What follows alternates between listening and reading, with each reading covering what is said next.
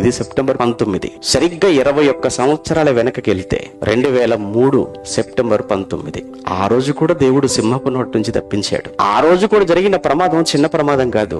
మాతో పాటు ఉన్న 2 చనిపోవటం, నాతో పాటు ఉన్న కానీ చేతికి పోవటం, నాకు కాలు చేయి విరిగిపోవటం, నెల రోజులకు పైగా హాస్పిటల్లో ఉండటం, మొన్న 3 సంవత్సరాల వరకు చేతిలో అవే రాడ్లతో ఉండిపోవటం. 20 ఏళ్ల క్రితమే ఆ జరిగిన భయంకరమైనటువంటి ఆ జీవు ప్రమాదం, ఆ రోజు ఆ జరిగిన భయంకరమైన ఆ ప్రమాదంలోనే అసలు యాక్చువల్ గా జరిగిన విధానం చూస్తే ఎవరైనా కానీ మీరెలా బ్రతికారు అంటారు నన్ను. తెల్లవారి తర్వాత ఆ పత్రికలు గాని ఆ ఫొటోస్ కానీ అవన్నీ చూసిన తర్వాత దేవుడు తప్పించాడు.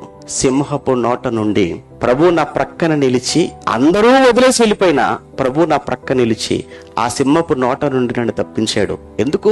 చేయవలసిన పని ఉంది కనుక. అది విపత్తు, ప్రమాదం. చెయ్యవలసిన పని చాలా ఉంది. అమ్మో, ఎన్ని ప్రాంతాలకు వెళ్ళాలి, ఎన్ని రాష్ట్రాలకు వెళ్ళాలి, ఎంతమంది నిలబెట్టాలి, ఎన్ని దేశాలకు వెళ్ళాలి, ఏమనుందా?